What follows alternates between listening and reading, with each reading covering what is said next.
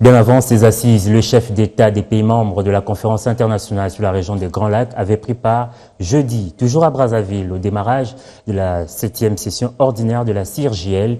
Les chefs d'État ont salué les efforts entrepris dans l'instauration de la paix dans la sous-région, une dynamique qu'entend poursuivre le nouveau président de la CIRGL, Denis Sassou Nguesso, investi par ses pairs. Reportage de nos confrères de la presse présidentielle.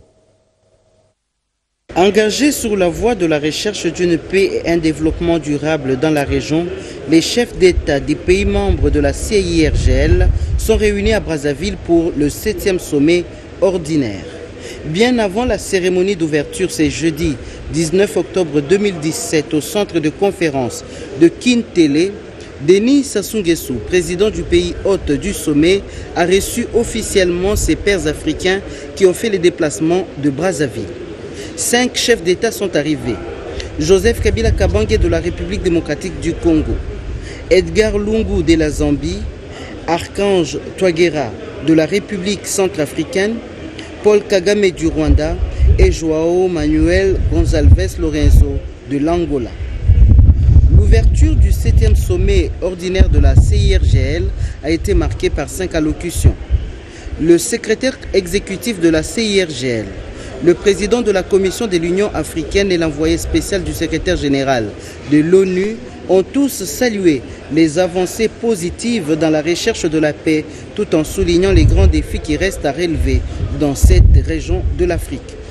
Ils ont encouragé le leadership régional qui a bâti un cadre de coopération pour éradiquer les zones de conflit. L'Angolais João Manuel Gonçalves, président sortant de la CIRGL, a fait un discours bilan de fin mandat qui retrace les différentes actions réalisées en faveur de la paix et la sécurité de la région, notamment avec l'appui des forces onusiennes. La lutte doit se poursuivre, a-t-il conclu, pour améliorer les conditions sociales de population.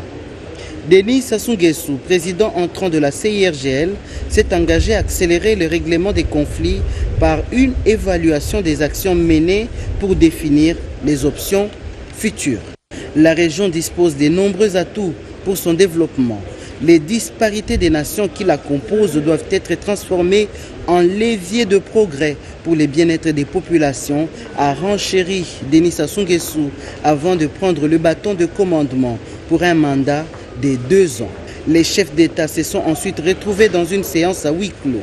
La République démocratique du Congo, pays géant au centre de la région, retiendra certainement l'attention des discussions entre chefs d'État pour des mesures qui doivent régler définitivement les questions sur la neutralisation des FDLR, des ADF ainsi que d'autres groupes armés.